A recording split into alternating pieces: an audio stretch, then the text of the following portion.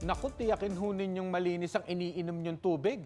At baka makaluno kayo ng linta. Balita ko yan na nangyari sa isang babaeng 6 na taong gulang sa Yunnan Province yan sa China. Nagpa-hospital siya dahil 2 linggo na siyang umuubo-ubo na may kasamang dugo. Nagsimula lang daw yan sa sore throat o yung pangangate na para bang may nakasabit na bagay sa kanyang lalamunan. Nakita sa CT scan na may kakaibang bagay nga sa kanyang lalamunan.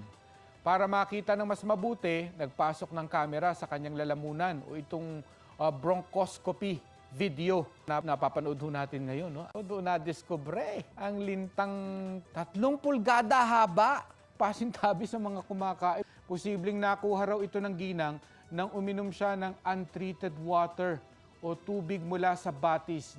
Maayos naman na ang lagay niya ngayon.